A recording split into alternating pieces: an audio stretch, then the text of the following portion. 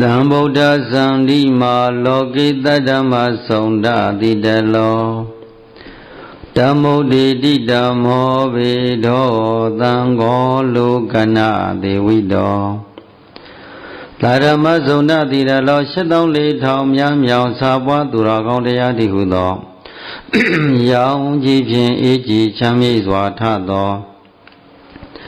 သံဃောလောကနာဒေဝိတော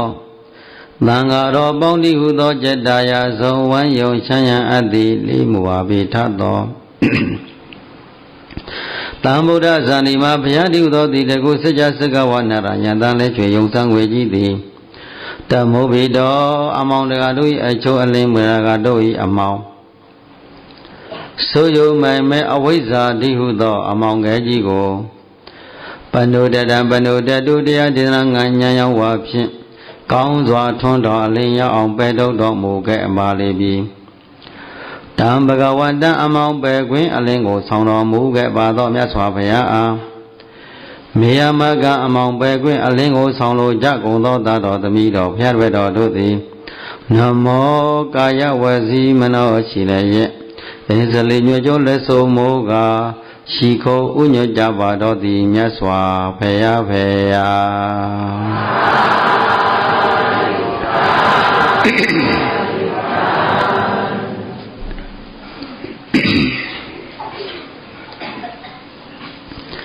မ်းသာသောအရိယာပုဂ္ဂိုလ်ယူပြီးတော့တရားဟောကြတရားနာကြမယ်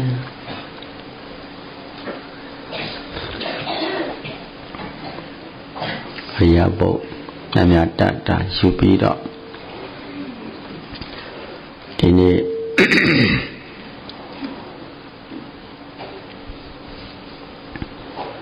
ယောဂီသူတော်ကောင်းများအားဓမ္မလိုပဲလို့ရင်းနဲ့ပတ်သက်ပြီးတော့ဘာဝကတန်ရုပ်ပါဠိတော်ကလာရှိတဲ့မေတ္တာတုတ်ကိုရှေခံကားကောင်းသောလက်ဆောင်ဖြစ်ပါစေတဲ့ပါတယ်လေကောင်းသောလက်ဆောင်ဖြစ်ပါစေပါဗျာဟုတ်ပြီဒီနေ့တူနဲ့တူတယောက်နဲ့တယောက်လက်ဆောင်လေးပေးကြတယ်နော်မှန်ပါဗျာမွေးနေ့လက်ဆောင်တို့တနေ့တာရဲ့ကိုအချင်းချင်းမိမိတို့ရဲ့နှစ်ဦးလက်ဆောင်တို့တရံကျော်လက်ဆောင်တို့စသည်အဖြစ်တူနဲ့တူချစ်ခင်လေးစားပြီးတော့ကျင်နာနာနဲ့တယောက်နဲ့တယောက်ခင်မင်းရင်းနှီးမှုရှိနေတဲ့ပုဂ္ဂိုလ်တွေဟာတူဘာလို့ကြတယ်အပြန်အလှန်လက်ဆောင်တွေပေးကြတယ်နော်အဲ့ဒီလက်ဆောင်တွေကတန်ဖိုးရှိတဲ့လက်ဆောင်လည်းရှိတယ်တန်ဖိုးမရှိတဲ့လက်ဆောင်လည်းရှိတယ်နော်လက်ဆောင်လို့ဆိုလိုက်ကြတဲ့ကွာလူတူတယောက်ဤအတိမတ်ပြုတဲ့သဘောပေါ့နော်လူတူတယောက်ကကိုယ့်ဘောမှာအတိမတ်ပြုတဲ့တန်ဖိုးရှိတာမရှိတာကိုအာယုံမကပ်ဖဲနဲ့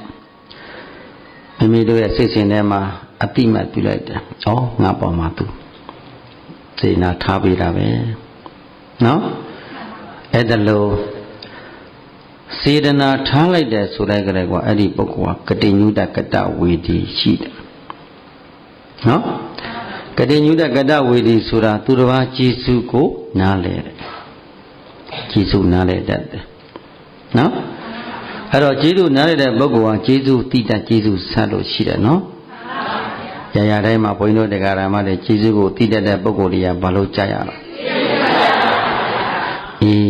ကျေးဇူးဆက်တတ်ဖို့လိုတယ်။နော်။အဲ့တော့ကျေးဇူးဆက်တဲ့နေရာမှာလည်းပဲခွင့်လန်းနှစ်ခုရှိပြန်ရော။တဘောဝတသက်တာအတွက်ကျေးဇူးဆက်ခြင်းတစ်မျိုးရှိတယ်။နော်။တသံတရားလုံးအတွက်ကျေးဇူးဆက်ခြင်းတစ်မျိုးရှိတယ်။လောကီပစ္စည်းဥစ္စာတွေနဲ့ကျေးဇူးဆက်တာကတော့တဘောတခဏအတွက်နော်စားစရာတောက်စရာတွေဝတ်စရာလေးတွေပံ့ပိုးပေးတယ်လို့ဆိုတာတဘောတခဏအတွက်ပေါ့ဒါလည်းပဲကျေးဇူးဆက်တာတော့တစ်ခုပါပဲနော်ဒါပေမဲ့အဲ့ဒါလို့ကျေးဇူးဆက်ခြင်းဒီတကယ့်ကိုကျေးဇူးဆက်တာရောက်ပါသလားလို့ဆိုတော့ဘုရားကမဟုတ်ပါဘူးတဲ့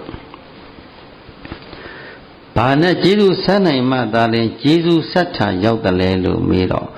ဘုရားရှင်ကျေးဇူးဆက်တာလှမ်းကြည့်လိုက်အစွာဘုရားရှင်ခொနဝါမြောက်တဲ့နေ့မှာတာဝရဏနတ်ပြည်ကိုတက်ပြီးတော့မေတော်မိနတ်သားကို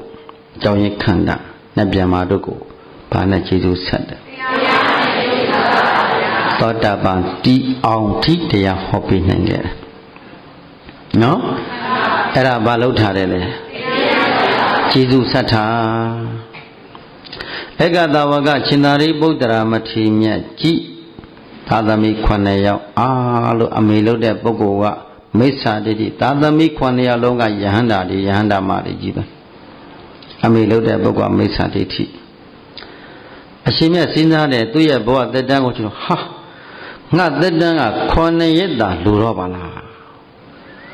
တကယ်လို့ငါရဲ့အမေကမိစ္ဆာဒိဋ္ဌိဒီလောက်သားယရနာတွေသမီးယရနာတွေကိုမွေးထားပါလေကဲနဲ့အမေလို့တဲ့ပုဂ္ဂိုလ်သေလွန်သွားလို့ရှိရင်အပယ်လေးပုံတဏှာရောက်မယ်အပယ်လေးပုံရောက်ရမယ်အဲ့တော့အပယ်လေးပုံရောက်ရခြင်းဒီဘယ်သူတာဝန်မကြည်လို့လဲလို့မေးတော့သူစဉ်းစားတယ်သာသမီကတာဝန်မကြည်လို့တဲ့နော်သာသမီတို့မိဒီမှာမိဘများအပေါ်ဘာလို့ဖို့လို့တဲ့တာဝန်ကြည်ဖို့လို့တဲ့ငယ်စဉ်တောင်ကြီးကလေးဘွားကနေပြီးတော့မိမိတို့ကိုဘဝတည်းလို့ပကုံးလည်းနဲ့ဝါဖတ်တော်ကစီနဲ့ပြန်လူပြန်အောင်ကျွေးခဲ့တဲ့မိဘတွေအပေါ်မှာပြင်လဲပြီးတော့ကိုယ့်အလှည့်ရောက်လာတဲ့ခါမှာဘာလို့ရမလဲကျေးဇူးရှင်မိနတ်မှာကြီးမြတ်လာဗြဟ္မာဆိုသည့်အတိုင်းမိဘနှစ်ပါးဟာဗြဟ္မာမင်းကြီးကဲ့သို့တဲ့မေတ္တာတလို့ကြီးမားတယ်နော်အဲ့ဒီတော့မိဘနှစ်ပါးအပေါ်မှာသာသမီတို့သည်ဘာလုပ်နိုင်ဖို့လို့လဲကျေးဇူးဆက်နိုင်ဖို့လို့လဲအဲ့ဒီတော့ငါကဲ့သို့ဧကတဝကယဟန္တာအရှင်မြတ်ဖြစ်ပါလေမိဘကျေးဇူးမဆက်နိုင်ပဲနဲ့အမေတို့တဲ့ပုဂ္ဂိုလ်အပယ်လေးပုံရောက်ရမယ်ဆိုရင်ငွေရကြို့နတ်မှာမဟုတ်ဘူးပြီးတော့သူတို့ကိုမိခင်ကြီးကိုငါတရားဟောမှရမယ်နောက်ထပ်ညီကိုမောင်နှမတွေတရားဟောလို့မရနိုင်ဘူးငါသားအကြီးဆုံးဖြစ်တယ်ဆိုပြီးတော့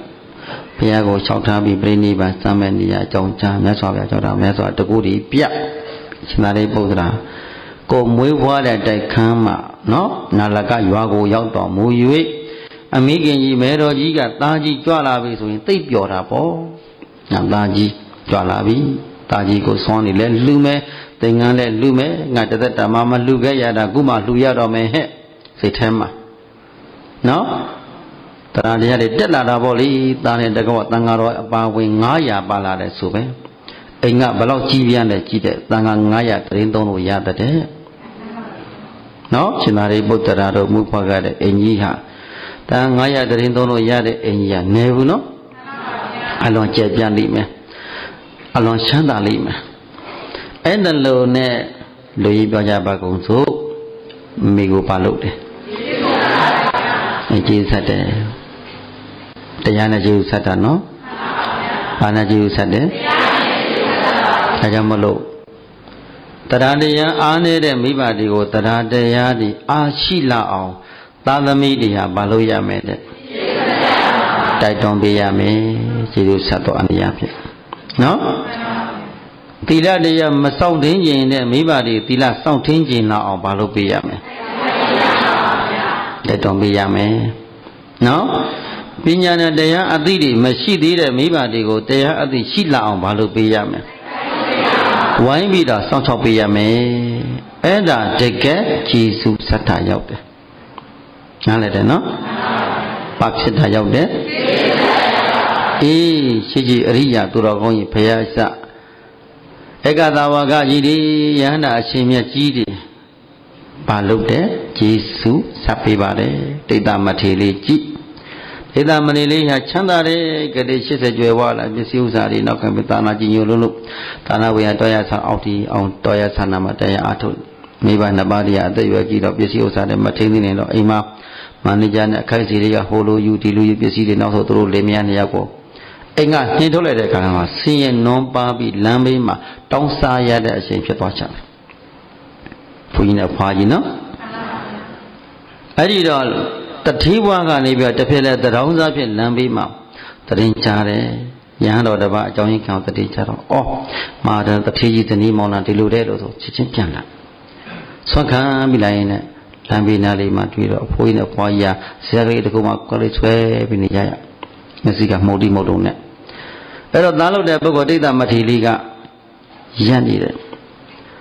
အရှင်ဘုရားတပည့်တော်တို့မှာလှူစရာတန်းစရာမရှိကြော့ဆွမ်းပါဗျာတချိန်တုန်းကတော့တပည့်တော်တို့ကတတိဇနီးမောင်နှံမှာဒါပေမဲ့တပည့်တော်တို့ရဲ့ကံတရားကမကောင်းလေတော့ဤကဲ့သို့လမ်းဘေးရောက်ရပါတယ်ဗျာစောင့်ချောင်းမဲ့သားကလည်းတာနာတဲ့ဝင်ရောက်သွားလို့ဘယ်နေဘဌာနရောက်နေမှလည်းမသိပါဘုရားကြော့ဆွမ်းပါဘုရားဆိုတော့ဒိဋ္ဌမထေရီကပုထုဇဉ်ပဲရှိသေးတာကိုမြည်ရကြတယ်။အော်ငမိပါတယ်။ဒါပေမဲ့ရမြဲတမ်းရတယ်တော်တော်လေးကြာတော့မှဖိုးကြီးဖွာဟိရှင်မဒီကိုယ်တော်လေးကမကြောက်ဘူးတို့ရဲ့သားလေးများဖြစ်နေသလားကွာသွားကြည့်ကြအောင်ဆိုအနာကကြည့်တော့မျက်နှာလေးမောကြည့်တော့သားဖြစ်နေရှေ့ဖမိုးတော့ဖဲပြီးတော့ငိုချတာရန်နေရလဲမိဒီထွက်မိကအပေါ်မှာမိဘအမိဘခန္ဓာကိုကြသားမိဘနှစ်ပါးကလည်းသားကိုဖက်ပြီးငိုကြကဲမငိုညာတော့ကရဟန်းတော်ဆိုအသာလေးသိသိပြီးဆရာမခဏထားဆွမ်းရတဲ့ဆွမ်းလေးကိုဆွမ်းခံပြီးကျွေးဆွမ်းခံပြီးတော့မိဘနှစ်ပါးဆွမ်းခံပြီးကျွေးရတာပုထုဇဉ်ရဟန်းတော်တွေကဘုရားသွားကုန်းတိုက်တယ်ကိုတော်လေးတစ်ပါးဒိဋ္ဌယဟန်တော်ကမိဘတွေကိုသူဆွမ်းကွက်နေတော့ဖွားကြီးနဲ့ဖိုးကြီးတယောက်ကိုသွားပြီးတော့ထမင်းဆွမ်းခံပြီးကျွေးနေတယ်တန်ဃာတော်နဲ့မသိတော့တဲ့အလုပ်လုပ်နေတဲ့ဆိုပဲကုန်းတိုက်ဘုရားကတန်ဃာတော်မြောင်မဲသွားအစည်းအဝေးယူပြီးတော့အဲဒီယဟန်တော်တွေခေါ်မန္တလာမှန်ပါတပည့်တော်ရဲ့မွေးသည်မိခင်ကျွေးသည်မိခင်နဲ့မွေးသည်ဖခင်နဲ့ဖြစ်ပါတယ်ဗျဘုရားကအတိတ်ကြောင့်ပြန်ပြောင်းပြီးတော့မာတုပောတကတုတ်ကိုဟောပေးတယ်နော်နာဂဇတ်တော်ဘာမာတုဘောဓမိဘလှုပ်ကြွေးပေးရန်ဝေးမိဘကိုငါဘုရားအလောင်းတော်ဟိုးစင်တူယရဏဖြစ်စဉ်နှုံကတရိစ္ဆာန်ဖြစ်စဉ်တို့ကအမိပဲမိဘကိုစောင့်ချောက်ခဲ့တဲ့ကြောင့်အမိကိုလှုပ်ကြွေးပြီးတော့နေခဲ့တဲ့အကြောင်းတရိစ္ဆာန်တောင်မှမိဘကိုလှုပ်ကြွေးတယ်လို့ချင်းတို့လူသားတွေဆောင်ပို့လှုပ်ကြွေးရမယ်အကြောင်းမြတ်စွာဘုရားဟောတော်မယ်ရဟန်းတော်တွေကတောတာပန်တည်ခဲ့တယ်နော်မိဘနှစ်ပါးကလည်းပဲကြောင်းလိုက်မှာတဏှာလေးမှနေရာလေးရပြီးတော့အဲ့လိုနဲ့လူရင်းပြောကြပါတော့ယဟန္တာတာလို့တဲ့ဘောယဟန္တာဖြစ်တယ်မိဘနှစ်ပါးလည်းအရိယာတဖြစ်သွားကြတယ်ဒါအမေလို့တဲ့ဘောမိဘနှစ်ပါးကိုနေ့စဉ်နေတဲ့တရားစကားတွေဟောပြီးတော့ဘာနဲ့ကျေးဇူးဆက်တယ်ဒါကြောင့်မလို့ဘုန်းကြီးတို့တော်ကောင်းတို့ဤဘာနဲ့ကျေးဇူးဆက်တတ်ဖို့လို့လေကျေးဇူးသိတတ်ကျေးဇူးဆက်ရတယ်နော်ကျေးဇူးကိုမသိတတ်တဲ့ပုဂ္ဂိုလ်ကျေးဇူးမဆက်တတ်ဖို့ဆိုရင်နောက်ဆုံးမှာနောင်တ10ပါးမှာကြည်ပါလားနော်နောင်တ10ပါးမှာတတ္တမမြောက်နောင်တမွေးမြူမိဘမပြုရနဲ့နော်ခေကလည်းမသိပညာဥစ္စာမစုသူကိုချစ်ပြသူသေတ္တသာသူမရနဲ့ပြမတို့မေပစ္စည်းချီလဲစိုးစိမလို့မွေးမြူမိမမပြုရနဲ့ဆုံးမမနာပညာရှိကနိကမမအမြတ်မခြင်းဤစေခြင်းနေကြည်တဲ့ဇရာဥသောခါဝဲပူဇာနောင်တရတ္တစွာတိလို့မန္လိဆရာတော်ဘုရားကြီးကမြတ်စွာဘုရားရှင်ဆုံးမတရားတော်မြတ်ကိုလင်္ကာလေးစီကုပ်ပြီးဆုံးမတော်မူပေးခဲ့နေရတဲ့ခါကာလမှာပညာရေးကိုဝအောင်မသိတဲ့ပုဂ္ဂိုလ်ဒီပညာရေးကိုပြည့်ပြည့်စုံမသိတဲ့ပုဂ္ဂိုလ်ဒီအသိပဲကြီးပြင်းလာတဲ့သူများတွေဘွဲ့တည်ရတယ်ကိုဘွဲ့တည်များသူများတွေစာတတ်လို့ကိုမတတ်ဘူးဆိုရင်ဘာဖြစ်ရတယ်တည့်ရကြီးမှနောင်တဖြစ်တတ်တယ်နော်ဥစ္စာမစုပစ္စည်းဥစ္စာတွေစူးစီးလို့ရတဲ့အခါကာလမှာမစုမစည်းပါဘဲနဲ့တုံးလိုက်ဖြုံးလိုက်စားလိုက်တောက်လိုက်မူးလိုက်ပဲနေတဲ့ပုဂ္ဂိုလ်အသိရွယ်ကြီးပါဖြစ်တတ်တယ်ပစ္စည်းရှိလေစူးစီးမလို့ဟောနိုင်ငံကလည်းမသိပညာဥစ္စာမစုသူ့ကိုရှစ်ဖြစ်သူတစ်ပါးတည်းချစ်ခင်လေးစားမှုကိုရှစ်ခင်ကျင်ညာကိုမချစ်မခင်ရအောင်ဖြစ်စည်းတဲ့ပုဂ္ဂိုလ်လည်းပဲနောက်တာရတတ်တယ်သူတဲ့သတ်စားကိုယ်တိုင်တတ်ကိုယ်တိုင်ကြကိုယ်တိုင်စားကိုယ်တိုင်တတ်ကိုယ်တိုင်စားတဲ့ပုဂ္ဂိုလ်လည်းပဲအသက်ကြီးရင်သူမယနဲ့ပြမပုစုံပြီးသူတစ်ပါးသားမယနဲ့ပြမတဲ့ပုဂ္ဂိုလ်ဒီလည်းပဲသူတစ်ပါးသားမယနေနဲ့ကာမေတုမိစ္ဆဆရာတို့ပဲကျူးလွန်နေတဲ့ပုဂ္ဂိုလ်လည်းပဲအသက်ရွယ်ကြီးရင်ဟောသူကိုချစ်ပဲသူတဲ့သားသူမယနဲ့ပြမတော့မပစ္စည်းရှိလည်းရဲ့စိုးစီမလူလူစီယာတန်းစီယာတွေရှိပါလေကဲနဲ့ သာသနာပြုတော်မူတဲ့ပရိယတ်တွေဝန်ဆောင်ပုဂ္ဂိုလ်တွေပရိပတ်တွေဝန်ဆောင်ပုဂ္ဂိုလ်တွေပရိယတ်တွေအတွက်ကိုနင်းလာငါလာကျိုးစားတော်မူကြတဲ့တန်ဃာတော်အရှင်မြတ်တွေစာသင်တဲ့တွေမှာမျက်နှာလေးညှိုးပြီးတော့ဆုံးကမပြည့်စုံသင်္ကကမပြည့်စုံစိတ်ကမပြည့်စုံဟုတ်လားကျောင်းတွေကလည်းအရှင်နေမကောင်းတဲ့အဲ့ဒါလေးတွေရှိနေပါလိမ့်ကဲတရားဓမ္မတွေကပတ်ဖို့ပြီးမလူမြဲမတန်းရပဲနေမိနေရနေမယ်ဆိုလို့ရှိရင်လည်းပဲဟောဘာဖြစ်တတ်တယ်ဟုတ်လားဘုရင်တို့ပฏิပတ်တိကိုသိပြောစီရမလို့ဘူးပฏิပတ်တိသာသနာတော်ကြီးတွေကိုသိပြောစီရမလို့ဘူးပရိယတ်တိသာသနာတော်ကြီးကညှိုးငယ်တယ်ဘာဖြစ်လို့ပฏิပတ်တိပြောစီရမလို့ဘူးဆိုမလို့တာလဲလို့ပြီးတော့ပฏิပတ်တိတရားကတကယ်အထောက်အတိတွေရတော့တရားဓမ္မတွေတရားတရားဟာပွင့်ပွင့်လင်းလင်းကြီးကိုရုပ်ဖိတ်မတတ်ခံစားရခြင်းနဲ့လူဖို့တန်းဖို့တိုက်တွန်းစီရမလို့ဘူးပฏิပတ်တိလောကလက်တွေ့အားထုတ်လို့အတိတွေရသွားပြီဆိုရင်ဟောစိတ်ထဲမှာအလိုလိုပေါ်ပေါက်လာတာပဲပฏิပတ်တိလောကပရိယတ်တိလောကကိုကအာမထုတ်တော့ကိုကခံစားမှုမရှိတဲ့ခန္ဓာလေးမှာမိသည့်ပုဂ္ဂိုလ်မဆိုလူဖို့တန်းဖို့တွေအားနေကြတယ်အားနေကြတယ်ပရိယတ်တိသာနာကိုအားနေကြတယ်ဒါဘုန်းကြီးငယ်ငယ်တုန်းကလည်းစာသင်တဲ့နေစဉ်တုန်းကဆိုအိုးတော်တော်လေးကျိုးဟင်းပေါင်းလေးနဲ့ပဲနှစ်ပါးသွားရတာပဲဟင်းလေးဒီဟိုကစူပေါင်းစပ်ပေါင်းဟိုကတစ်ခွက်ဒီကတစ်ခွက်ပေါင်းပြီးတော့အပ50ဆိုအခွက်50ဆောင်းကလေးတစ်ခုတော့အဲ့ဒါလေးပေါင်းဟာပါဝက်သားရောကျင်သားရောပဲရောရှင်မောင်းဟင်းရောအကုန်လုံးရောတော့တာပဲအဲ့ဒါရောပြီးတော့မှချက်ပြီးတော့မိုးလေးပြန်နှွေးအဲ့ဒါလေးနှစ်ပါးသွားပြီးတော့မူလာတန်းပထမငယ်ပထမလက်ပထမစီစာချတန်းပိုင်းဆရာကိုသင်ခဲ့ရပါလေနော်အဲ့ဒါလို့တရားဓမ္မတော့ပရိယတ်တိသာသနာတော်ကြီးဟာအာနေတယ်ထောက်ပံ့မှုဒါပေမဲ့ဒီနေ့ဒီခေတ်ဒီကာလကတော့တော်တော်လေးအားရှိလာပါတယ်ဘုရားမြန်မာနိုင်ငံကြီးကစာသင်လိုက်တဲ့ကြီးလို့ရှိတော်တော်အားရစရာကောင်းတယ်ဒီနေ့ဝါရင်းတို့ကတောင်ကြီးကြွသွားတော့တောင်ကြီးမှာမင်းကပရိယတ်စာသင်ထဲမှာထူထမ်းရတရားဓမ္မတူးတဲ့လူထားတာသုံးတက်လေးတက်ကြီးတွေဩအဲ့တော့မှတရားဓမ္မတွေရေးပြီးလူတဲ့ကြတာကိုဝမ်းသာလုံးလို့ပရိယတ်တိသာသနာတော်တွေဂုဏ်ယူတယ်နော်ကိုကလည်းပရိယတ်တိနယ်ပယ်တွေကဖြစ်ပေါ်လာတော့ပฏิပတ်တိသမားဆိုတော့ကိုလက်ရှိမှာစာသင်သားလေးတွေအပါ30ကျော်လောက်မွေးထားတယ်ကျောင်းမှာဘုရင်တူလေးကစာချဘုန်းကြီးဖြစ်နေဆောင်ရွက်နေတယ်ပฏิပတ်တိပရိယတ်ပฏิပတ်ငကိုတွဲပြီးတော့ပခုံးပြောင်းနေရန်ကိုမရှိတဲ့နောက်ပိုင်းမှာဒီသာသနာတော်ကြီးကိုပခုံးပြောင်းနေဖို့အတွက်ဆိုပြီးတော့ပရိယတ်အရှိခံတော်ပฏิပတ်တိအဖြေမှန်လုပ်ငန်းတွေကိုထူထောင်ပေးတရားဓမ္မတွေကုသိုလ်တွေပွားများဖို့အတွက်ဟုတ်တယ်နော်သာသနာတော်ကြီးကိုဘုန်းကြီးတို့တရားဓမ္မတွေဒီနေ့တရားတွေနာနေတဲ့တရားအသိတွေခံစားနေရတယ်ဝိပဿနာဒီတော့အယတ္တလေးကိုတို့ခံစား권ရနေတဲ့ဆိုတာဟာဘယ်သူကျေးဇူးတဲ့ပရိယတ်တိသာသနာတော်ကျေးဇူးပါစာသင်တဲ့မှာဒီဘုန်းကြီးများမျက်စိကသွေးထွက်လောက်အောင်ဒီစာတွေစာပေကျမ်းကောင်သင်ယူပြီးတော့မှဒီတရားတွေကိုဟောပေးနေတာတရားဓမ္မတို့ရဲ့နော်ဒါကြောင့်မလို့သာသနာသွေးကြောသည်ဘာလဲလို့မေးပရိယတ်တိပရိယတိဓမ္မောနာမသာသနာတယူကာနနာတံတတ္တဟိတဘာဝယဒေတိတံဓမ္မတာမိနံဆိုကြီးဆိုသည့်အတိုင်းလက်စွာဘုရားကျမ်းပရိယတိတရားတော်သည်သာသနာတော်ရဲ့အသက်သွေးကြောပဲကွယ်တော့ဟုတ်လားပရိယတိသာသနာတည်တတ်မှာပฏิပတ်တိအဖြေမှန်တရားတွေတိကျမယ်မဟုတ်လားပရိယတိသိတော်ပူတဲ့ပုဂ္ဂိုလ်တွေမရှိဘူးဆိုရင်ပရိယတိစာတတ်ပေးတဲ့ပုဂ္ဂိုလ်တွေမပေါ်ဘူးဆိုရင်ဟောတဲ့တရားတွေကလည်းပဲသမတပိမတပုဂ္ဂိုလ်တွေဟောလာပါဠိတွေမှာပါဠိမှာရအနဲ့မှာအတွေ့ခေါ်တွေမှာအတွေ့ခေါ်မှာအကျင့်တွေမှာသွားတော့ပဲနားလည်ပြီနော်ပါဠိမှာအနဲ့မှန်တာကိုအနဲ့မှန်မှလည်းပဲအတိမှန်တယ်အတိမှအတွေ့ခေါ်မှန်တယ်အလိမ္မာစာမရှိတယ်ဒါကြောင့်မလို့အားလုံးကိုယ့်ရဲ့ဒီနေ့တိခါထကြယဟန်တကယဟမတွေပါဝင်အားလုံးတရားဓမ္မတွေအားလုံးတရားဓမ္မကိုယ့်ရဲ့မိသားစုလို့သဘောထားပြီးတော့ပြောပြပါတယ်တန်ခါကိုစားတို့အဓိကသာသနာတော်ကြီးကိုဘာလို့ပေးရမလဲအေးပစ္စည်းလေးပါတက္ကတာဝန်ဟုတ်တယ်နော်သွန်သင်္ကန်းကျောင်းသေးပစ္စည်းလေးပါကဘု து တာဝန်နဲ့လေဟောပေါ်ညမဆရာတော်ဘုရားမြတ်ရဲ့ကိုစားဘုန်းကြီးတို့ကလာတရားပြသနေတာပါမကုတ်မျိုးဆရာတော်ဘုရားများရဲ့ကိုယ်ဆိုလည်းအဖြစ်ဘုန်းကြီးတို့ကလာပြီးတော့ကိုယ်နိုင်ရလေးတွေကိုတရားဓမ္မများရဲ့နှလုံးအိမ်ထဲမှာဓမ္မတတ္တိလေးတွေလာပြီးထည့်ပေးနေတာပါနားလည်ပြီနော်ဒါကြောင့်မလို့ပုဂ္ဂိုလ်လို့မမြင်ဘဲနဲ့ဘယ်လိုမြင်ရမလဲသံဃာတော်တွေသံဃာတော်အရှင်မြတ်တွေကတပါးနဲ့တပါးတူနဲ့တူ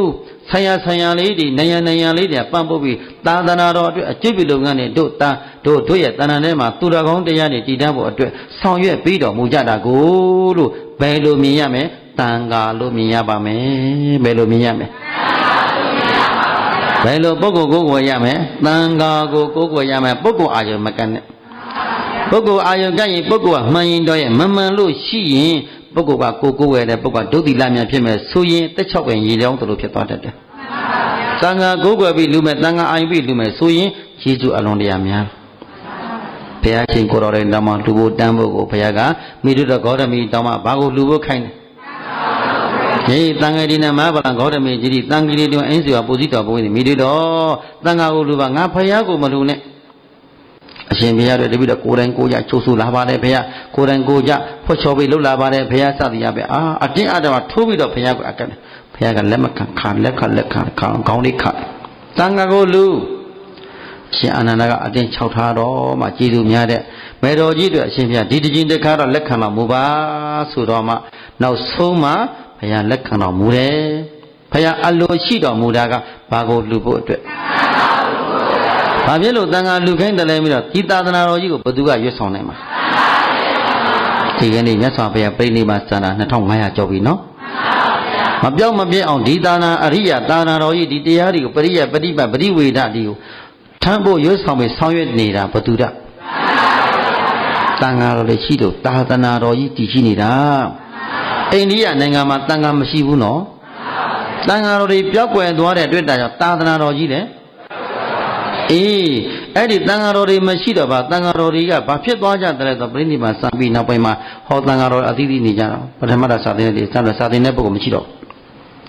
စာသင်တဲ့ပုဂ္ဂိုလ်တွေမရှိတော့ဘယ်လိုပုဂ္ဂိုလ်ကြံလိုက်တယ်လဲဆိုတော့ဥပ္ဖပုဂ္ဂိုလ်တွေကြံလိုက်တယ်ဘယ်လိုပုဂ္ဂိုလ်တွေဥပ္ဖဆိုတော့နားလေလားနားလေလေရော့ယူလိုက်ပေါ့ဟုတ်တယ်လားအဲ့ဒါရေမှန်ပြီးအိမ်လက်ဖွဲ့ပြီးဘေဒီနေဟောဟုတ်လားအဲ့ဒါလိုပုဂ္ဂိုလ်တွေအိမ်လက်ဖွဲ့အမှုကာထာမန္တတွေစုပ်ပြီးတော့အမျိုးစုံလူတွေကိုလိုက်ပတ်ပြီးစားဖို့တောက်ဖို့နဲ့ဒါနဲ့အချင်းကုန်တဲ့လူတွေကလည်းဟာဘယ်ကိုတော့ကဘယ်လိုအောင်မြင်နေဆိုတော့ဟာတပါးကလည်းအဲ့တော့အတုခိုးကုန်ကြတာပဲနော်မကောင်းတာတွေအတုတွေခိုးပြီးတော့တကယ်ပရိယတ်တွေလုပ်တယ်မလုပ်တော့သာသနာတော်ကြီးအတက်ကိုဖယားမျက်နှာမကြည့်တော့ပါပဲနဲ့လက်သက်ဘက်ကနောက်ကိုလိုက်ပြီးနေမယ်ဆိုရင်သာသနာတော်ကြီးပါဖြစ်ပြီကောသလအိမ်နဲ့16ချက်မှာဟောထားတယ်နော်ပစ္စယလောလံဓမ္မံဒီတိတိဟောအဲ့ဒါလို့သာသနာတော်ကြီးကွယ်ပပြီးတော့လာတဲ့ကာလမှာဖယားမျက်နှာမကြည့်ပါဘဲနဲ့ပစ္စည်းလေးပါးကိုရရအတွက်သို့ပြီးတော့တရားတွေဟောကုန်ကြတယ်ပစ္စယလောလံပစ္စည်းလေးပါးကိုလောလီပြီးတော့ဓမ္မတရားကိုဒေတိတိဟောတော်မူကြလေကုန်ရ၏ဟောပရိယတ်တိသာသနာတော်ကြီးပฏิပတ်သာသနာတော်ကြီးတရားဒီဟောတဲ့ကံမှာလဲတရားရဖို့ကိုအာရုံမကတ်တော့ဘူးတာဝါကြီးငါပိုက်ဆံရပြီးပြီခုခေတ်မှာလည်းပေါ်နေကြပြီနော်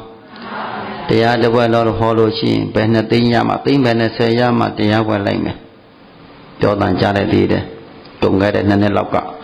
ဆရာတော်တော်နာမကြီးဆရာတော်တပါသိမ်း30ရမှကျုပ်တရားဝက်ဟောမယ်ဆိုပြီးတော့ဟောတယ်တက္ကရာကလည်းပင့်ဖြစ်တယ်တို့တော့ရတော့အဲ့ဒီမှာ contract ဆွဲတဲ့ပုံစံမျိုးပေါ့ contract ဆွဲတော့ဗာလဲ29သိန်းပဲရပင်းတဲ့တက္ကရာ3ယောက်ကစိုက်ပေးလိုက်တယ်တယောက်တသိန်းချုံသွားတာပေါ့ဟုတ်လားသူတဲ့တက္ကရာပြောတာပါတက္ကရာပြောတာဘုန်းကြီးအဲ့ဒီပင်းတဲ့တက္ကရာကိုယ်တိုင်ပြောလို့ဘုန်းကြီးကပြောရဲတာဟုတ်မဟုတ်ရဲ့လားလို့တန်တရားဖြစ်သေးတယ်နော်ဒါသာသနာတော်ကြီးကဘုန်းကြီးတို့တက္ကရာမှာသာသနာကွယ်ဖို့အကြောင်းတရားတွေနားလည်ပြီနော်ဘာကွယ်ဖို့အကြောင်းတရားတွေတရားဘုန်းကြီးတို့တခါတည်းလာပြီး6လို့ကျုပ်ကိုလှူဖို့တန်းဖို့စကားမပြောနဲ့တခါတည်းအရှင်မြတ်တပည့်တော်သိမ့်ဘယ်လောက်လှူပါမယ်ဘုရားတပည့်တော်ဘယ်လောက်ကြွပေးပါဘုရားအဲ့တော့လှူဖို့တန်းဖို့ပြောရင်အဲ့ဒီတရားဝယ်ဘယ်တော့မသွားတော့ဘူးဘုန်းကြီးတို့ကတရားဝယ်ဘုန်းကြီးတို့တတိပုဂ္ဂလတွေဓမ္မသမင်ဝဲဆိုဘုန်းကြီးကြွားကြွထက်ကရန်ကုန်မြို့ထဲမှာ2ပွဲ3ပွဲလောက်ပါကြွားဖြစ်တယ်ဓမ္မသမင်ဝဲတွေဘုန်းကြီးမကြွားအဓိကတရားတွေအားထုတ်ဖို့တရားတို့တရားမြောက်ကျင့်ကြံပွားများအားထုတ်ဖို့ဒါကိုပဲအဓိကထားတယ်နော်အဲ့ဒီတို့ဘုန်းကြီးတို့တရားမိုက်တန်ထဲမှာတရားအတိတုဉာဏ်တူတာပေါ်လွင်သွားပြီအတိတညာတဲ့ကိန်းသွားပြီဆိုရင်သာသနာတော်မြတ်ကိုဘာဖြစ်တတ်ပြီကြည်ညိုမှုစွမ်းဟာပိုသွားတာပေါ့ဗျာနားလည်ပြီနော်တရားအသိရှိလာလေပရိယတ်တိသာသနာတော်ကြီးအတွက်ပံပိုးဖို့စိတ်တွေပေါ်လာပရိယပฏิပတ်သာသနာ2ရက်အတွင်းအမြဲတမ်းပံပိုးမဲ့စိတ်တွေရှေ့တန်းကရောက်လာတာနားလည်ပြီနော်ဟောဘာလာရှိဖို့လို့လဲ တရားအတိဘာသိတယ်တရားအတိတို့ဉာဏ်တို့သာရှိတရားဓမ္မတို့ကုသိုလ်လုပ်ပါလို့ပြောစရာမလိုဘူးလူပါတမ်းပါလို့ပြောစရာမလိုဘူးနော်တခါတော့ကအိမ်တိမ်မှာခရိယံဘုန်းကြီးတို့နိစ္စတဲ့ယဟန်တကကိုသိခါထထတဲ့ခရိယံတကာကြီးမိသားစုလူ9ယောက်ပဲအိမ်မှာ3ရက်စခန်းပေါက်ဖွင့်တယ်အဲ့ဒီစေကာကြီးနဲ့နိစ္စတဲ့ဆရာတော်ကြီးတပါတက်တော်90 80ဝန်းကျင်တော့ရှိပါပြီဆရာတော်ကြီးတပါရောက်လာတော့ဘုန်းကြီးတရားတွေဟောတော့ဗာပြောတယ်ဆရာတော်ကြီးကိုတော့ဟောနေတာမှားနေပြီဒီလူတွေလှူဖို့တန်းဖို့တွေဟောဒါနကုသိုလ်တွေလုပ်ဖို့ဟောများများလို့တော်တော်ကြာရင်ကိုတော့ဘာမှတရားပဲထိုင်ခဲ့လို့ကြီးဘာမှလှူမှာမဟုတ်ဘူးဒီကောင်းလေးအဲ့ဒါလို့ပြောတယ်ဆရာတော်ရဲ့ပြောတော့အမဘုရားကြိုးစားပါမယ်ဘုရားဟာကြိုးစားမယ်အဲ့ဒါလို့မဟောနဲ့ဒါနကုသိုလ်ကောင်းမှုတွေပြည်တဲ့ကောင်းလို့ချမ်းသာဖြစ်ပုံတွေတန်ဟောဘုန်းကြီးပြန်ပြောတယ်မြတ်စွာဘုရားရှင်ဆုံးမတရားဟာဆရာတော်ဘုရားလို့ဒီတရားဓမ္မဤတဏ္ဍာထဲမှာတရားအတိတာကိတ်အောင်ဟောပြီးတရားအတိတို့ဉာဏ်တို့တဲ့ကင်းရင်ဒီလူတွေကိုတားလို့မရပါဘူးဘုရားလို့နားလည်ပြီနော်တရားတရားတို့ဒီခန္ဓာကိုယ်ထဲမှာတတ္တဒဏ္ဍသီလဒဏ္ဍဟိတိဩဒပိယံဒဏ္ဍသုဒ္ဓဒဏ္ဍိသဇာဂောသပညာဝေတတ္တမဒဏ္ဍတိဟုသောတရားတရားစရဲ့တတ္တသီလသုဒ္ဓဇဂပညာဟိတိဩတ္တပါဆိုတဲ့သူတော်ကောင်းဥစ္စာရဲ့ခုနှစ်ပါးနှလုံးသားထဲမှာပြည့်ဖြိုးသွားတဲ့ပုဂ္ဂိုလ်ဒီကုသိုလ်တရားတွေရှည်တန်းကပဲရောက်နေလိမ့်မယ်ဘယ်တော့မှနောက်မဆုတ်ဘူးဒီပုဂ္ဂိုလ်ဒီဒါကြောင့်မလို့တရားဓမ္မရဲ့တဏ္ဍာထဲမှာဘာကိန်းဖို့လို့လဲတရားကိန်းဖို့လို့ပါဗျာနားလည်တယ်နော်ဘာကိန်းဖို့လို့လဲတရားသိတဲ့ဉာဏ်နဲ့ကိန်းသွားပြီဆိုရင်ဘာကိုနားလည်သွားပြီကျေးဇူးကိုနားလည်သွားပြီဘာနားလည်သွားပြီကျေးဇူးကိုနားလည်သွားပြီအဲတချို့တရားဓမ္မတွေကြားသိရတယ်ဟုတ်ဗျာဘုန်းတော်ဟောတော်မူတဲ့တရားတော်တွေအဖို့930 940တရားတွေနာရတော့တပြီးတော့စိတ်ထဲမှာကျင့်တဲ့လုံးတပြီးတော့အပေါင်းသိနေကိုလည်းတရားအလူပဲပေးပါတယ်ဗျာကိုရမိဘတွေကိုလည်းတရားနာဖို့တပေးပါတယ်ဗျာတပြီးတော့ဘလို့ပဲနေရာတော့ကြပြီတချို့ပေါ်လာချောက်ထားကြတယ်အေးအဲ့ဒါလို့တရားတိတိပေါ်လွင်ဖို့အတွက်ဘာလုပ်ပေးရတာဂျေဇုဆက်ပေးရမယ်အဲ့ဒါဘာအလူလို့ခေါ်တယ်တရားပါဗျာအမြတ်ဆုံးအလူနားလည်ပြီနော်အမြတ်ဆုံးလူလေးတွေလှူတတ်တယ်ဆိုတာဘာဖြစ်လို့ဂျေဇုတိတတ်လို့ဘာတိတတ်လို့တန်ပြောပါဦးအေးအဲ့တော့ဘုရားရှင်ဒီမိတ္တသုတ်တံမှာဘာပြောလဲလို့ဆိုတော့ရှင်သာယံတို့တဲ့ဒီနေ့မိတ္တသုတ်တံမှာမြတ်စွာဘုရားအဆုံးအမတရားကိုရှင်သာရိပုတ္တရာနဲ့အရှင်အနုတ္တရာတို့အရှင်သာရိပုတ္တရာရဲ့အရှင်မောက္ကလံရဲ့အရှင်အနုတ္တရာရဲ့၃ပါးသောယဟန်တော်တို့သည်ဘုရားရှင်တော်တရားတွေနာပြီးတော့တဏှာမှာစုဝေးပြီးနှလုံး၃ပါးလုံးကောင်းချင်းဆိုင်ပြီးစုဝေးကြအဲ့တော့စည်းဝေးလို့တဲ့အခါကဏ္ဍလေးမှာရှင်သာရိပုတ္တရာကမေးတယ်ငါရှင်အနုတ္တရာတဲ့လောကမှာကျေးဇူးတရားတွေသိတတ်တဲ့ပုဂ္ဂိုလ်တွေကျေးဇူးတရားတွေသိဖို့အတွက်ဘယ်လိုလက်ဆောင်ဗန္ဓာတွေပေးလို့ရှိရင်ကျေးဇူးဆက်တာရောက်ပါသလဲငါရှင်အရှင်အနုတ္တရာမထေရကိုရှင်သာရိပုတ္တရာကမိန့်တာနော်မသိလို့မေးတာလို့မထင်နဲ့အောင်ယန္တာပုဂ္ဂိုလ်ကြီးမသိလို့မေးတာလည်းပဲလို့အဲ့ဒါလို့ထင်တယ်မဟုတ်ဘူးအရှင်သာရိပုတ္တရာယန္တာမထေရကြီးပဲအက္ကတဝကကြီးရှင်သုတ္တရာလည်းယန္တာကြီးပဲယန္တာရှင်မြတ်တွေဟာတုံးနဲ့တို့တွေ့တဲ့ကာလမှာဘာစကားလေးကိုပြောတတ်ကြဝမ်းမြောက်ဖွယ်သောစကားပေါ့တမ္မောနနိယံကထံတာရဏိယံဝေတိတာရိတွာဟောသံမောတရိယအတ္တတေသောအောင်းမေးစီအပ်သောတာရဏိယအမျက်မပြနှလုံးသွင်းကြသောကထံစကားတော်မြတ်ကိုဝိတိသွားရိတာတူးနဲ့တူတပါးနဲ့တပါးဆွေးနွေးတိုင်ပင်ကြကုန်လျက်အဲ့ဒါလို့ဆိုတယ်နော်တပါးနဲ့တပါးတူးနဲ့တူဆွေးနွေးတိုင်ပင်ပြီးတော့မိမိရဲ့စိတ်ကလေးကိုဘာလို့ကြပါလိငြိမ်းချမ်းသောအာယုန်တရားတို့မြတ်စွာဘုရားဆုံးမသောအာယုန်တရားတို့ဖြင့်တရားအသည့်တို့ပဲစိတ်ကိုဖြေဖြော်ကြတယ်ချမ်းသာတော်မူကြတယ်အဲ့ဒီလိုတူနဲ့တူဆွေးနွေးတိုင်ပင်ပြီးတော့ဖြစ်ပေါ်လာခဲ့တဲ့တရားလေးတွေကိုဘိနေရင်သံဃာနာတင်တဲ့ကအရှင်အာနန္ဒမထေရမြတ်ကိုရှင်သာရိပုတ္တရာမထေရမြတ်ကငါရှင်အာနန္ဒတပည့်တော်တို့ဘယ်နေရာမှာဘယ်လိုပုဂ္ဂိုလ်ကြောင့်ခံပြီးတော့ဘယ်လိုဟောခဲ့ပါတယ်ရှင်သာရိပုတ္တမိန့်တော်အရှင်အမောက္ကလံအရှင်အာနန္ဒမထေရအကုန်မှတ်တမ်းထားခဲ့တာ အရှင်မောက္ကလမထေရမြတ်ဟောတဲ့တရားကိုလည်းပြန်လည်ပြီးတော့အရှင်မောက္ကလမထေရကအရှင်အာနန္ဒပြန်ပြီးဟောပြီးအရှင်အာနန္ဒမထေရမြတ်အကုန်မှတ်တမ်းတင်ထားခဲ့တဲ့နှလုံးသားထဲမှာနောက်ဆုံးမြတ်စွာဘုရားပြိဋိဘံစံပြီးတော့3လမြောက်တဲ့နေ့မှာယဟန္တာဖြစ်တော်မူ၍အရှင်အာနန္ဒကိုတော်မြတ်ကြီးသည်အရှင်မကတ္တဗမထေရမြတ်ကြီးမေတ္တမြတ်သောတုတ်တန်နဲ့အဘိဓမ္မာကိုအလုံးဖြည့်နေတော်မူခဲ့ပါနော်အရှင်အာနန္ဒမထေရမြတ်ကြီးတုတ်တန်နဲ့အဘိဓမ္မာကိုဟောတုတ်တန်မက2သိန်း1000ဟုတ်တယ်နော်အဘိဓမ္မာက42000ဒါမဲ့ကတော့7400ရှိတယ်မို့လားအဘိဓမ္မာက42000တုတ်တန်က21000ဒါကိုဘယ်သူဆောင်ထားတာဘယ်လောက်ကြည်ညိုစရာကောင်းသလဲကြည်သာနော်အဘိဓမ္မာက42000ရှိတယ်ဒါကိုအကုန်ဆောင်ထားတာဗျာတခါတည်းစဉ်းစားရအရှင်အနန္ဒဥချလို့မဟုတ်ဘူးအရှင်အနန္ဒမြတ်အရှင်မြတ်ကိုဥချလို့မဟုတ်ဘူးဖြစ်တယ်ဘာဖြစ်လို့လဲဒီသာသနာတော်ကြီးအရှိကတည်တတ်ဖို့အတွက်ဘုရားပြိဋိမာစံပြီးတဲ့နောက်ပိုင်းမှာဘယ်သူဆောင်ခဲ့တာလဲသံဃာနာတင်တဲ့ပထမသံဃာတင်တဲ့ကဆောင်ပေးခဲ့တာနော်အဲ့ဒီကသံဃာတော်တွေကိုဖြန့်ပြီးတော့အကုန်လုံးဖြန့်ဝေပြီးတော့တဆင်ပြီးတဲ့သံဃာတွေအခုသတ္တမသံဃာနာထိဒီတရားတွေပဲအဲ့တော့ဘုန်းကြီးတို့တရားဓမ္မတွေအရှင်မြတ်သုံးပါးတို့ကဘယ်လိုလက်ဆောင်သည်အကောင်းဆုံးလက်ဆောင်ပါလဲလို့မေးတော့အရှင်သုဒ္ဓမထေရမြတ်ကငါရှင်သာရိပုတ္တရာတဲ့အကျင့်ပုဂ္ဂိုလ်ဟာကျေးဇူးရှိ၏မိမိစကားကိုလည်းနားထောင်၏မိမိပေါ်မှာလည်းပဲဓမ္မတန်ရောစဉ်ရှိ၏ကိုယ်စကားကိုလည်းနားထောင်လွယ်၏ထိုပုဂ္ဂိုလ်ကိုတတိပဒံ၄ပါးတို့ဖြင့်ဟောပေါ်ညွှန်ပြရ၏မေဃ7ပါးတရားတော်တို့ဖြင့်ဟောပေါ်ညွှန်ပြရ၏ငါရှင်သာရိပုတ္တရာကျေးဇူးတရားတွေရှိသောပုဂ္ဂိုလ်တို့ကိုယ်စကားနားထောင်လွယ်တဲ့ပုဂ္ဂိုလ်တွေကျေးဇူးအသိတတ်ရှိတဲ့ပုဂ္ဂိုလ်တွေကို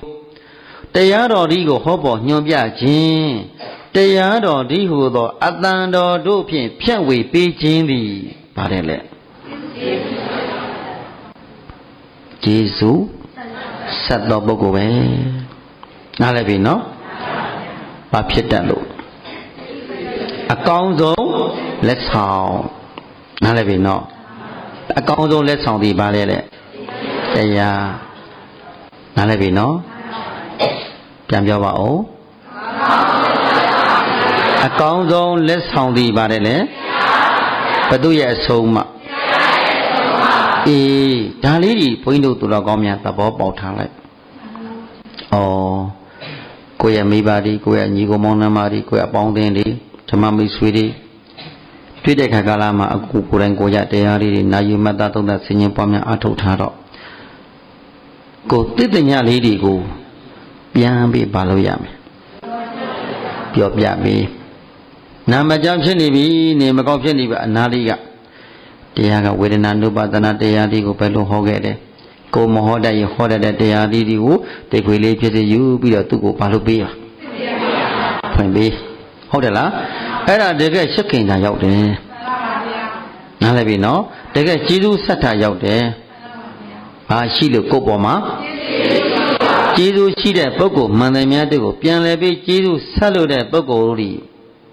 ဘာပေးပြီးတော့အမြတ်ဆုံးလက်ဆောင်ပေးရပါမယ်။ဘာလက်ဆောင်လဲ။အမြတ်ဆုံးလက်ဆောင်ပေးရပါဗျာ။ဒါအရှင်ယရုဒ္ဓမထေရမြတ်ကရှင်သာရိပုတ္တရာနဲ့ရှင်မောက္ကလန်ကိုပြန်လဲပြီးဖြေကြတာနော်။မှန်ပါဗျာ။ဒီရှင်မြတ်ကြီးတို့သည်သူတို့ကိုယ်တိုင်ကဘာငြိမ်းထားတဲ့ပုဂ္ဂိုလ်1500ကိရိတာဘုဒ္ဓတဲ့ငြိမ်းထားတယ်မို့လား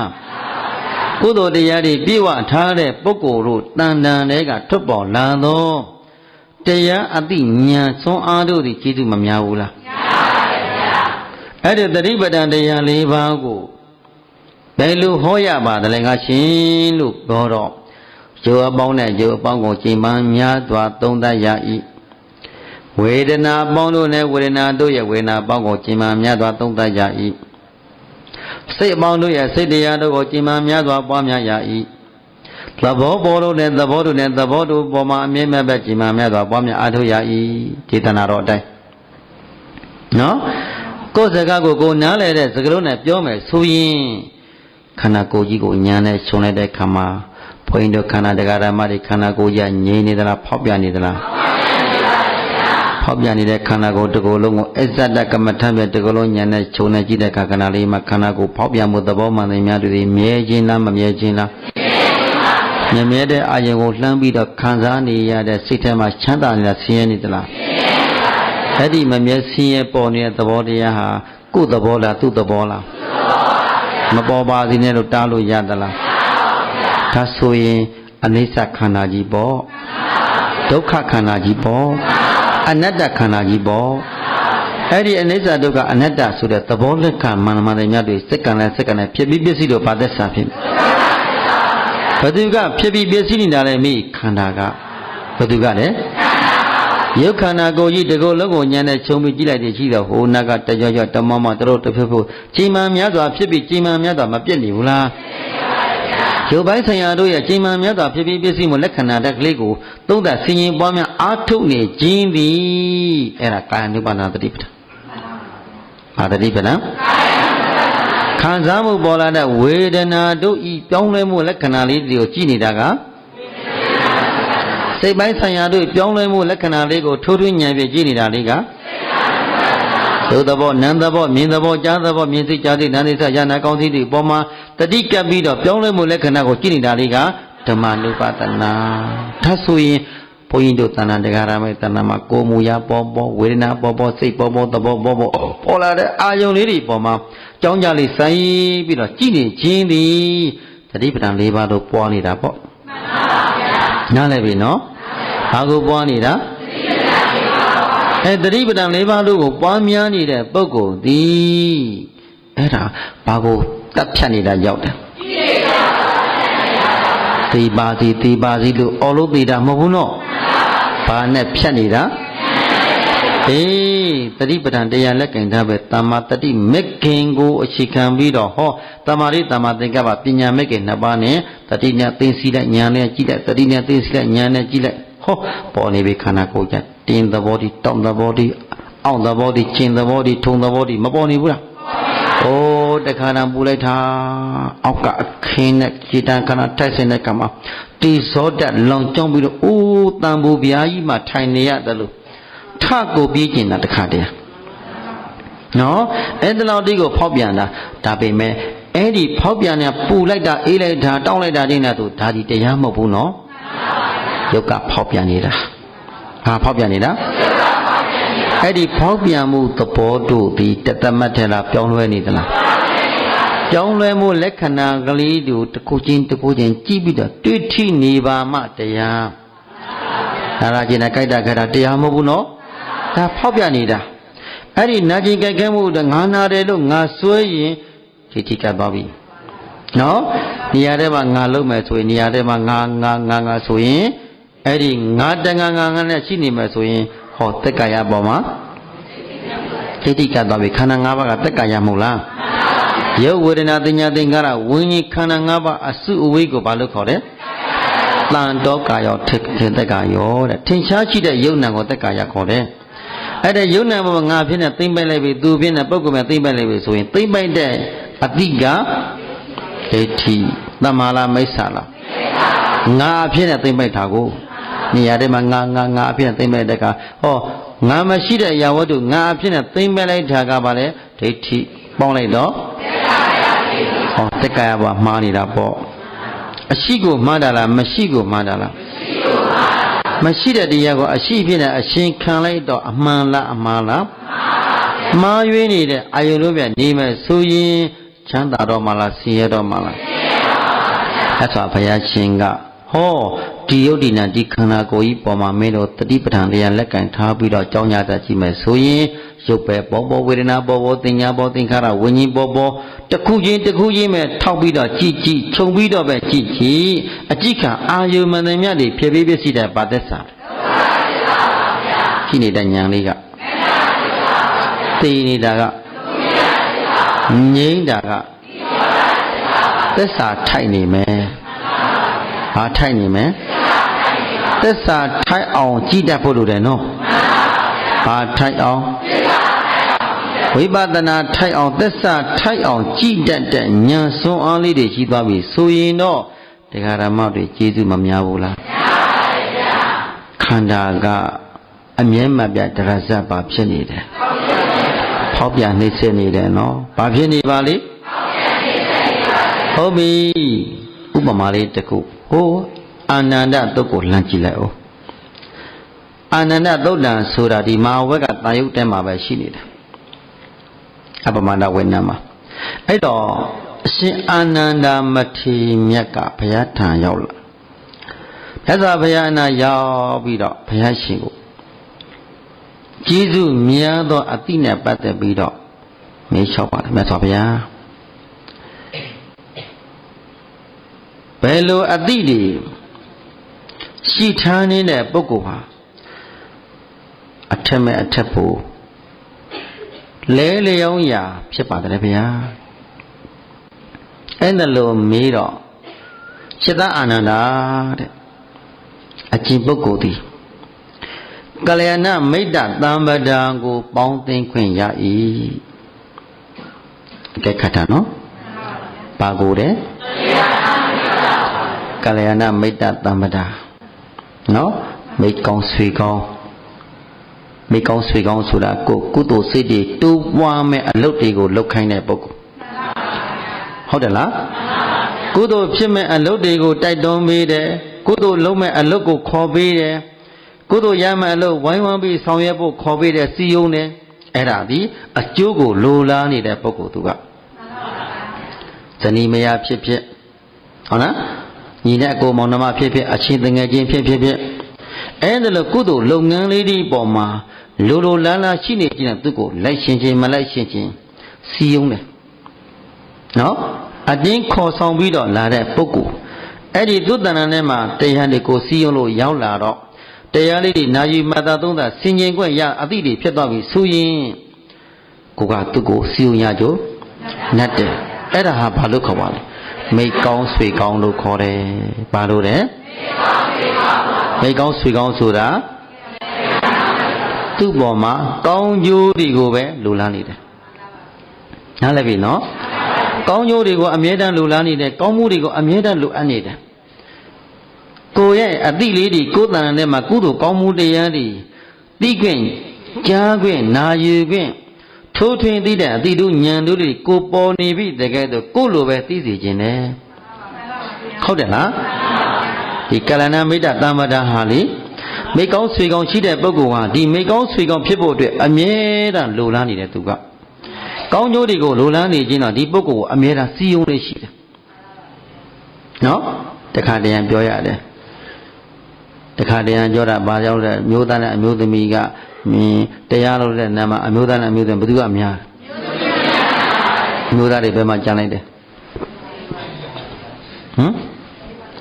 အိမ်မှာအိမ်ဆောင်ထားခဲ့ပေါ့ကျေးဇူးရှင်တွေကိုခင်ဗျားတို့ပြစ်မထားနဲ့ဟုတ်လားမျိုးသားတွေကကျေးဇူးရှင်ခင်ဗျားတို့တရားဓမ္မတွေပဲကျေးဇူးရှင်တွေကိုဘာလို့ရမလဲတရားနဲ့ပတ်သက်ပြီးစီယုံရမယ်တရားမနာခြင်းနာခြင်းအောင်တရားမထမ်းခြင်းထမ်းခြင်းအောင်ဟုတ်တယ်လားငါမလဲမှတ်ကြည့်ခင်ဗျားတို့အမျိုးသမီးတွေပြောရင်အားလုံးရတယ်ကြားလားခင်ဗျားတို့စီယုံတဲ့အကုန်လုံးရတယ်ကြားလားတတ်တယ်ခင်ဗျားတို့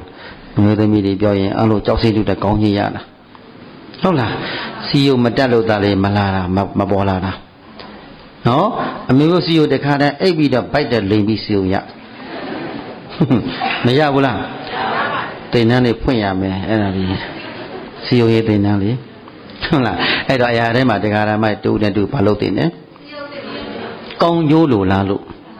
ဟုတ်တယ်လားဒီမိကောင်းဆွေကောင်းကိုလိုလားတဲ့ပုဂ္ဂိုလ်တွေမိတ်ဆွေဖြစ်ဖို့အတွင်းတကယ့်ကိုတန်တရာအတွင်းအဖော်ကောင်းဖြစ်ဖို့တွေတရားဓမ္မတွေဘာအသည့်တွေရှိထားဖို့လိုအပ်တယ်အရှင်အာနန္ဒမထေရမြတ်ကဘုရားကိုချောက်ထားတယ်နော်အဲ့ဆိုဘုရားအထက်မဲ့အထက်ဖို့လဲလုံးရဖြစ်ဖို့အတွက်ဘယ်လိုအသိရှိသိမ့်မှတလဲဘုရားဆိုတော့ခြေသာအာနန္ဒာတဲ့ငါဘုရားရဲ့အဆုံးအမသာသနာတော်ထဲမှာကလျာဏမိတ္တသံပဒာပေါင်းသိမ့်ခွင့်ရတဲ့ပုဂ္ဂိုလ်ဣဒဘိက္ခဝေဘိက္ခုတုတ္တဝါအရိယသဝကောအရိယနံဒသဝိဟောတိ အကျင့်ပုဂ္ဂိုလ်ဟာဘုဒ္ဓတရားတို့ပဲအရိယာတာဝကဖြစ်အရိယာသူတော်ကောင်းတွေဟောပေါ်ညွှန်ပြသောတရားတော်မြတ်တို့ကိုသိရှိနားလည်ထားတဲ့အရိယာတာဝကတပည့်တာဝကတို့သည်အရိယာတို့အဆုံးအမကိုလည်းချိန်မှန်များစွာပါလို့ရမယ်နားထောင်ဝင်ရတယ်အရိယာတို့ဖြစ်ခြင်းနဲ့စိတ်လည်းအရိယာဖြစ်ခြင်းနဲ့စိတ်လည်းအမြဲတမ်းဖြစ်နေတယ်တဲ့နော်အာတုတဝပုရုဇဏောအရိယာနဲ့အာတတဝေဟောတိဘုဒ္ဓမရှိတဲ့အရိယာတာဝကတပည့်မဟုတ်ပဲမဟုတ်တဲ့ပုဂ္ဂိုလ်တွေပုစုတင်တာဝကတွေကြပြန်တော့အရိယာတရားကိုလည်းနားမထောင်ရဘူးနားထောင်ခြင်းနဲ့စိတ်လည်းမရှိဘူးအရိယာဖြစ်ခြင်းနဲ့စိတ်လည်းမရှိဘူးတဲ့အဲ့ဒီပုဂ္ဂိုလ်နှစ်ဦးဟာဘယ်ပုဂ္ဂိုလ်တွေလိမ်မာတဲ့ပုဂ္ဂိုလ်အရိယာဖြစ်ခြင်းတဲ့ပုဂ္ဂိုလ်အရိယာသူတော်ကောင်းအရိယာသူတော်ကောင်းကြီးတို့ရဲ့အဆုံးအမတရားကိုနိုင်မှတ်သားလို့အရိယာဖြစ်လို့တဲ့ပုဂ္ဂိုလ်စိတ်ပြင်းပြနေတဲ့ပုဂ္ဂိုလ်တွေအဲ့ဒီပုဂ္ဂိုလ်ဟာသူတော်ကောင်းပဲနားလည်ပြီနော်ဒါဆိုဘုန်းကြီးတို့တဏ္ဍာထဲမှာတရားဓမ္မတဏ္ဍာထဲမှာဒီနေ့ဒုတဏ္ဍာထဲမှာဘာတွေရှိထားဖို့ကောင်းလဲတရားအသိတွေရှိဖို့လိုတယ်နော်အဲ့တော့စိတ္တအာနန္ဒာတဲ့အဲ့ဒီကလဏမိတ္တသမ္ပဒသုတ္တဝါအရိယတာဝကပုဂ္ဂိုလ်တို့သည်ငါဘုရားအပေါ်မှာကြည်ညိုမှုတုတ်ဝတ်မှုတွေရှိလာနေတယ်။အော်မြတ်စွာဘုရားဆိုတာအရဟံဂုဏ်တော်သမ္မာသမ္ဗုဒ္ဓဂုဏ်တော်ဝိဇာသရဏသမ္မာနာဂုဏ်တော်တွေဟုတ်တယ်နော်ဘုရားဂုဏ်တော်တွေ9ပါးတရားဂုဏ်တော်6ပါးသံဃာဂုဏ်တော်9ပါးတို့အပေါ်မှာယုံကြည်မှုစွမ်းအားတို့သည်ဂုဏ်လေးပေါ်မှာပုံတော်ပေါ်မှာဂုဏ်တော်တင်းပြီးတော့ကြည်ညိုတတ်တယ်။နားလည်ပြီနော်။အော်မြတ်စွာဘုရားဟောပေါ်ညွှန်မဲ့တရားတော်တွေဟာတကယ်ငြင်းရတဲ့တရားတွေပါလားလို့တရားဂုဏ်တော်ပိုင်းဆိုင်ရာမသိလာဘူးလား။သိပါပါဗျာ။ဒီသံဃာတော်ရှင်ကောင်းရှင်မြတ်ဒီဟောပေါ်ညွှန်ပြချင်းကြောင့်သိခွင့်ရနေတာကိုသံဃာတော်ရှင်မြတ်သုပတိဘာနာဂုဏ်တော်ဥသုပတိဘာနာဂုဏ်တော်တွေတာမေဇိပရိညာပရိဝဏကိုအဲ့ဒီဂုံလေးတွေကိုတလုံးချင်းကြည်ညိုလေးစားမှုရှိနေတဲ့ပုဂ္ဂိုလ်တန်နဲ့တရားတရားတွေမထက်တန်လာဘူးလားဘုရားဘောမတရားဘောတန်ကဘောမငါးပါးပြည့်စလိခါဝပစုကဲ့သို့မြဲမြံထားမယ်ဆိုရင်ရှတအာနန္ဒာတဲ့အင်္ဂါ၄ပါးနဲ့ပြည့်စုံတဲ့ပုဂ္ဂိုလ်သည်သောတာပန်မတည်ပဲနဲ့မတည်ဘူးတဲ့နားလည်ပြီနော်အင်္ဂါ၄ပါးနဲ့ပြည့်စုံတဲ့ပုဂ္ဂိုလ်ဟာဘာလဲလဲသောတာပန်မဖြစ်ဘဲနဲ့မတည်ဘူးတဲ့တကယ်လို့တည်တော့မယ်ဆဲဆဲတောင်မှသောတာပန်ဖြစ်သွားမယ်ဒီပုဂ္ဂိုလ်နားလည်ပြီနော်ဒါဆိုဘုန်းကြီးတို့တရားဓမ္မရဲ့တဏ္ဍာမှာတရားတွေများများအထုတ်တရားအသည့်တွေပေါ်လာလေဘုရားကိုကြည်ညိုလို့အားရှိတရားသံဃာကြည်ညိုလို့အားရှိဟုတ်တယ်လားသီလကကြပြောင်းတော့လည်းဘယ်တော့မှမကျိုးမပေါက်မပြောက်မကြားတော့ငါးပါးပြည့်စလိခါဝပစုခဲ့တော့မြဲသွားပြီဒါဆိုရင်တနေ့နေ့တစ်ချိန်ချိန်မှာထမင်းရှင်ရင်နဲ့ဖြစ်စီအလုံးလုံးရင်နဲ့ဖြစ်စီဘာကိန်းနိုင်တယ်လူဖြစ်ကြမနှက်ဘူးလားရှတအာနန္ဒာတဲ့ငါဘုရားပေါ်မှာတော်၎င်းငါဘုရားဆုံးမတဲ့တရားတော်မြတ်ပေါ်မှာတော်၎င်းငါဘုရားရဲ့တပည့်တာဝကသံဃာတော်ရှင်မြတ်ဒီပေါ်မှာယူသိမှုတုတ်ဝတ်မှုတွေအမြဲမပြတ်ရှိနေကြမယ်ဆိုရင်ငါဘုရားပြိဋိဘံစံဝင်သွားတော်လဲပဲဒီတာနာတော်ကြီးမကွယ်ပဘူးတဲ့နားလည်ပြီနော်ခြေသာအာနန္ဒငါဘုရားတာနာတော်ကြီးကွယ်ပရခြင်းသည်ဘုရားပေါ်မှာကြည်ညိုမှုတုတ်ဝတ်မှုမရှိတရားပေါ်မှာသံဃာပေါ်မှာယုံကြည်မှုတုတ်ဝတ်မှုတွေမရှိဘူးသီလတရားတွေပေါ်မှာလည်းပဲယုံကြည်မှုတုတ်ဝတ်မှုမရှိကြဘူးဆိုရင်အဲ့ဒီပုဂ္ဂိုလ်ဒီငါဘုရားရှိသည်ဖြစ်စေမရှိသည်ဖြစ်စေဘာကွယ်နေတယ်သာသနာကွယ်နေတယ်နော်ငါဘုရားဆုံးမတရားတော်အတိတ်ဘုရားတရားသံဃာယနာတော်မှာကြည်ညိုလေးစားတဲ့စိတ်တရားနှလုံးသားထဲမှာပြည့်ပြီးတော့သီလတရားတွေမြဲမြံနေတဲ့ပုဂ္ဂိုလ်တို့သည်ထိုင်နေစဉ်ဖြစ်စေရပ်နေစဉ်ဖြစ်နေသွားနေစဉ်ဖြစ်နေပဲသောဘယ်လာဘာအသိနဲ့နေတယ်အဲဒါလို့တရားအသိနဲ့နေသောပုဂ္ဂိုလ်သည်မြတ်သောအသိနဲ့နေခြင်းจิตအာနန္ဒဤပုဂ္ဂိုလ်ရဲ့သွားရလမ်းကြီးသည်အထက်မဲ့အထက်ပိုရှိတော့တယ်တဲ့နားလည်ပြီနော်ဂတိမြဲတဲ့ပုဂ္ဂိုလ်လို့ခေါ်တဲ့အာနန္ဒာဘာမြဲတဲ့ပုဂ္ဂိုလ်ဒီနေ့ဘုန်းကြီးတို့သူတော်ကောင်းများတရားရဲ့ကျေးဇူးနော်ဒီသာသနာတော်မြတ်မှာတွေ့ရတဲ့ကျေးဇူးဆိုတာဂတိမြဲတဲ့အလုပ်လုပ်တာနားလည်တယ်နော်တဂတိမြဲပြီးတော့သူဂတိဘဝမှာနိဗ္ဗာန်စီကိုညှက်ကင်သွားခြင်းသည်အဲ့ဒါတရားရဲ့ကျေးဇူးသာသနာတော်မှာတွေ့ရတဲ့ကျေးဇူးလေးတွေနော်ခေတ္တခဏလေးပါစုံစည်းရတဲ့အချိန်ကတဘဝတသက်တာဆိုတာသက်တမ်းကတူတူလေးမဟုတ်လားသက်တမ်းတူလေးမှာခိုလေးမနေနဲ့အရှင်ကို တပည့်သုံးချနားလည်ပြီနော်ဘယ်ဆရာတော်တွေတရားပြပြီးဆိုရင်ဘယ်ဆရာတော်ဘယ်ငါလာကြွတာကြွပြီးတော့တရားအားထုတ်ပြီးဟုတ်လားဘယ်နည်းနဲ့မှမာစီနည်းနဲ့မှမဂုံနည်းနဲ့မှစောလုံးညာနာကဘယ်နည်းနဲ့ဟုတ်လားအေးအရေးကြီးတာကတရားဓမ္မတွေခန္ဓာ၅ပါးပါသစ္စာမြင်ဖို့သစ္စာဉာဏ်ကိန်းဖို့လိုတယ်နော်သစ္စာဉာဏ်ကိန်းရင်ကိစ္စဉာဏ်ကိန်းဖို့လိုတယ်သစ္စာဉာဏ်ကိစ္စဉာဏ်ကိန်းကတဉာဏ်ကတော့ဓမ္မအလုတ်ကဘာတကားပိတ်ပေးလိမ့်မယ်ရှင်ကိုရှင်းရလားတရားတွေဘယ်တော့မှရှိလျားပင်ညာပိဋက၃ပုံကိုအကျဉ်းချုပ်ရင်အနိစ္စဒုက္ခအနတ္တပဲရှိတယ်ဗျာဘာနဲ့ပါအဆုံးသတ်လဲအဲ့ဒီအနိစ္စဒုက္ခအနတ္တကိုအကျဉ်းချုပ်မြန်တော့ဖြစ်ပြီးပစ္စည်းတဲ့သဘောသားရှိရုပ်ကိုကြည့်လဲဖြစ်ပြီးပြက်နာမ်ကြည့်လဲခန္ဓာ၅ပါးမှာဘယ်နေရာကိုပဲတတိနဲ့ထောက်ကြည့်ဖြစ်ပြီးပစ္စည်းတဲ့သဘောကပါသစ္စာကြည့်နေတဲ့ဉာဏ်လေးကသိနေတာကငြိမ့်တဲ့တရားကရော့ယူလိုက်လို့ပေးတာမဟုတ်ဘူးနော်ကျင်းယူတဲ့အလုံးနော်ဒါကြောင့်မလို့တရားဆိုအဲ့ဒီအတိလေးကိုရှိထားပြီဆိုရင်ကိုယ်နဲ့နှိစက်တဲ့ပုဂ္ဂိုလ်ဒီလေးပေးရင်ဘာပန္တာဘာလက်ဆောင်လို့ခေါ်ပါလိကောင်းဆုံးလက်ဆောင်မမေ့ပါနဲ့ဗျာပလင်ကတော့မဆင်သေးဘူးဘာလက်ဆောင်နဲ့ဘာလက်ဆောင်ပါလိတရားလက်ဆောင်အကောင်းဆုံးလက်ဆောင်မပြောနေနဲ့အိုးဘာလက်ဆောင်ပါလိတရားဟုတ်တယ်နော်တရားအသိတွေသိအောင်မြင်အောင်သဘောပေါက်အောင်ကိုယ်တိုင်မဟောမပြောပြနိုင်တောင်းမှဟောပြနိုင်တဲ့ပုဂ္ဂိုလ်တွေဆွမ်းလာလေးတွေကိုတရားလေးတွေယူဆောင်ပြီးတော့ပံ့ပိုးခြင်းသည်ဘာလက်ဆောင်တဲ့မိမိကိုယ်ကိုလည်းပဲဘာလက်ဆောင်တွေရထားရမယ်နိစ္စတဲ့ပုဂ္ဂိုလ်ကိုလည်းပဲအေးမြင့်မြတ်သောတရားလက်ဆောင်အကောင်းဆုံးလက်ဆောင်လေးတွေကိုရရှိခံစားနိုင်ကြပါစေဤလက်ဆောင်လေးတွေကိုနှလုံးသားထဲမှာပြည့်ဖြူးအောင်ထည့်နိုင်ကြပါစေလို့မေတ္တာပို့ရင်းလက်အိုရှိဌာနတရတုတတ္တယသီလရကံတုသဗ္ဗတာဘာဝနာပိရတဝန္တုဒရံတုဘဝသကရံဘဝန္တောဓမ္မမင်္ဂလာတရားအလူဝဲ9ချိန်မြောက်9နှစ်တာတွင်ဆင်ချင်းပါကြကုန်သောတရားဓမ္မပေါင်းသူတော်ကောင်းတော်ဒုံမီသံဃာဘုံတကွေမှာဘုရားရှင်ဆုံးမတရားတော်မြတ်တို့ဖြင့်ဆုံတွေ့ကြကုန်သောသင်္ဃာဓမ္မပေါင်းသူတော်ကောင်းတို့သည်သတ္တယကံကံ၏အကျိုးမြတ်တို့ယုံကြည်တရားတရားကိုယ်စီဖြင့်ဒါနံပိလူဇာကပါရမီမြောက်တဲ့မြတ်ဒါနတွေကိုတတံတို့ပရိယပရိပတ်ပရိဝေဒအလုံးငါသာသနာပြုနိုင်ကြပါစေကုန်သတည်းသီလံဒါနမတိရှိသောရှိလည်းရဲ့ငါးပါးပြင်ဆယ်လေးအထင်ကြီးနဝေငီဟုဆယ်လေးသောတဲ့ကိုချင်းတို့ဆိုသောသီလများတို့ကိုလည်းပဲသာဘာဒနိနေညညခသိလောကာလတို့နဲ့ရကံတို့ကောင်းသောအမတ်တို့စောင့်ကြောက်နိုင်ကြပါစေကုန်သတည်းဘာဝနာဗေရတာဒါနသီလမတိရှိသောရှိလည်းရဲ့သမထဘာဝနာဝိပဿနာဘာဝနာလို့ဆိုသောဘာဝနာနှစ်ပါးတို့ဖြင့်ရွှင်လန်းမွေးလျော်ပျော်ကြီးပျော်နေကြကုန်သည်ဝန်တို့ဖြစ်ကြပါစေကုန်သတည်းဘဝတာကရံကာမရူပအရူပဟုဘဝပင်လေရေပင်ကြီးကိုလည်းပဲထရန်တုမကင်ရှိတွေသင်ပေါ်လေဖြင့်မသွေမတောက်ကန်းသို့ရောက်အောင်ကောင်းစွာမသွေးကူခံနိုင်ကြပါစေကုန်သတည်း